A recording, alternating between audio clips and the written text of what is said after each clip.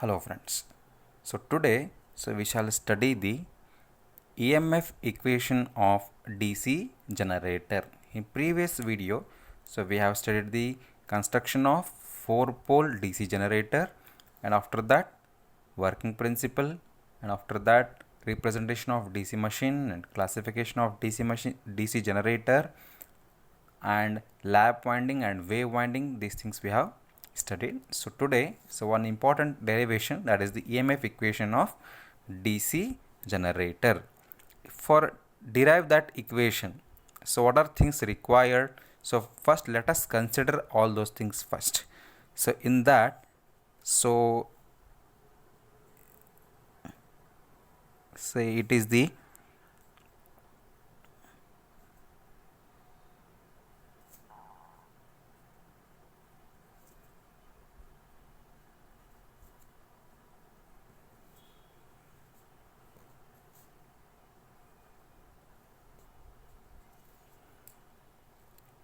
so like this we have the outer frame, and inside so we have the field poles. Here we have the field poles. On that field poles, what we have the fields. So these are the field conductors for a field coils, you can say. So like this we have the field coil that is connected to DC excitation, and after that inside we have the stator conductors, that is called armature. So inside we have the stator conductor, stator armature, and inside to that we have the commutator and brushes. Inside we have the commutator and brushes. Then what are things we have to consider here to get the EMF equation? So first thing, number of poles. So how many poles are there here? 4 poles are there. To get the EMF equation, so first we need to know the number of poles. So consider P. So P is the number of poles. Next, so we need to know the flux.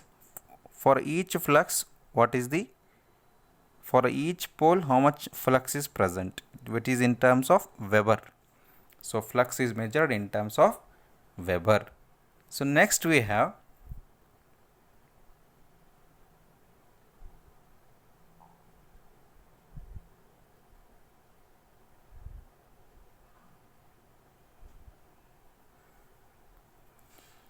total number of conductors. So how many conductors are there on the stator part? So total number of conductors on the armature part, that we should know, that is the Z value. So total number of conductors.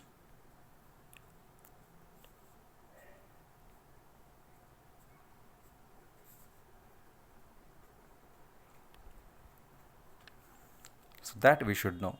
So next we know A. What is the A here? Number of parallel paths. In each slot we are placing conductors in a parallel. So parallel paths we should know. Number of parallel paths. And N. So what is that in? It is the armature speed. So armature rotates, right? It is connected to prime mover. It will rotate. That's why number of, it is the armature speed we should know. So it is not a synchronous speed, both are different. It is the armature speed.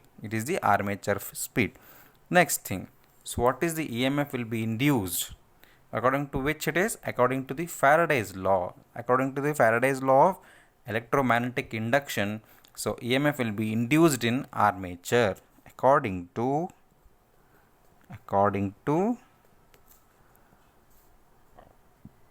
Faraday's electromagnetic induction. EMF will be induced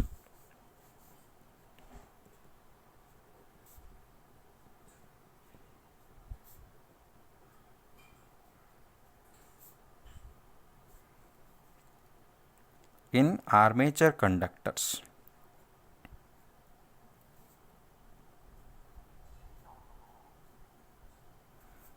armature conductors. How many conductors we are considering in a, so EMF will be induced in armature conductor in one revolution or one rotation, one revolution or one rotation. So that is E will be equal to d phi by dt. So regarding this already we have studied in case of synchronous generator. In case of synchronous generator we have studied that. So in that case, so again EMF will be induced in the stationary conductors we have considered. Now it is armature conductors we are consider. E will be equal to d phi by dt. What is the d phi here? Total flux linkage. So it is the total flux induced in conductor. So it, what is it here? So how much time is required to make one revolution? It is the time required for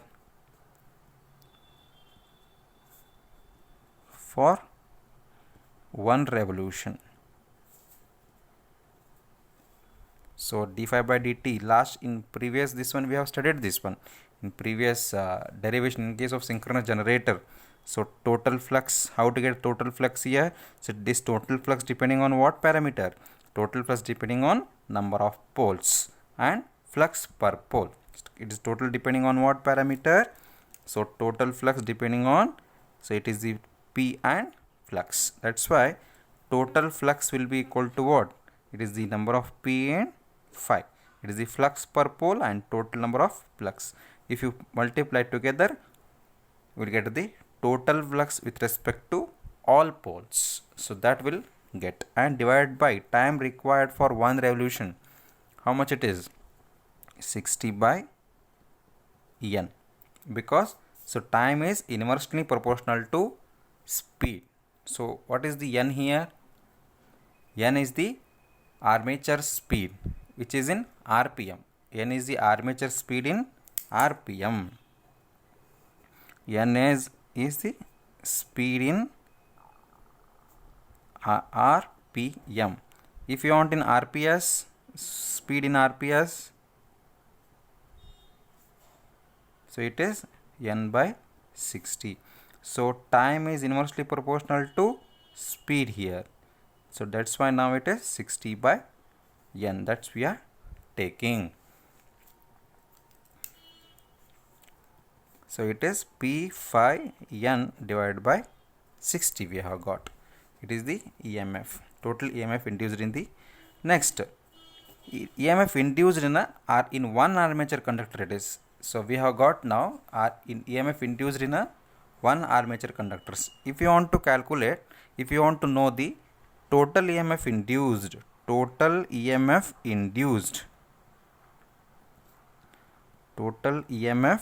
induced in DC generator, to get that, so what you have to do? So we have to multiply, so it is our EMF induced which is multiplied by total number of conductors in parallel path, total number of conductors in a parallel path. So conductors in a parallel path, A is the parallel path, that is the total number of conductors in a parallel path. If we calculate that, so we will get the total EMF induced.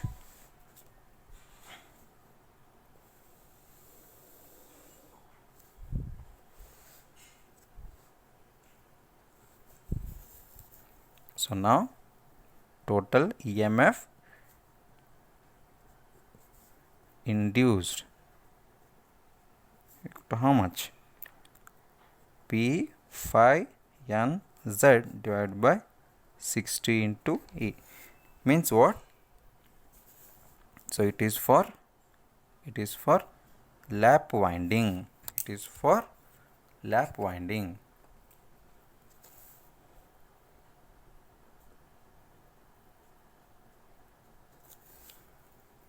It's for lap winding. Next, for a wave winding here, it is the, so for a wave winding it is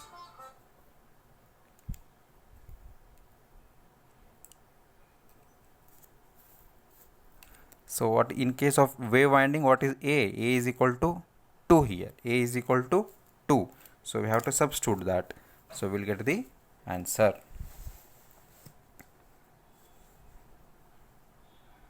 So EMF will be equal to P phi n z divided by 16 to 2. It is P phi n z divided by 120. It is for what it is? It is for wave winding. It is the for wave type winding, and these are the EMF induced.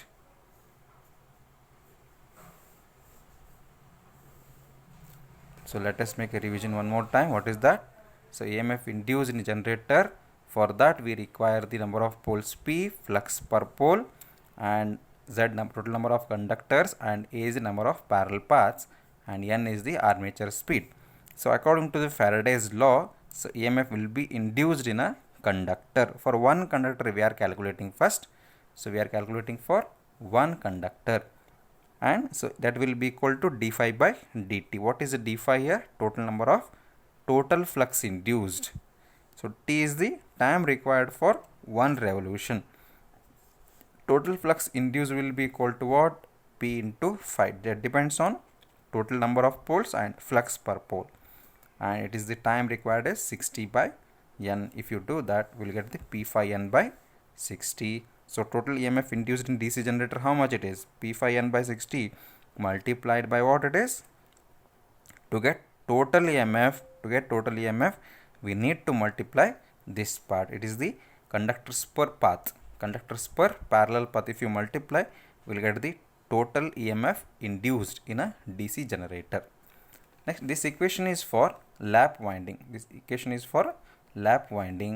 And for a wave winding, substitute A. In place of A, we need to substitute 2 here, because for a wave always A is equal to 2.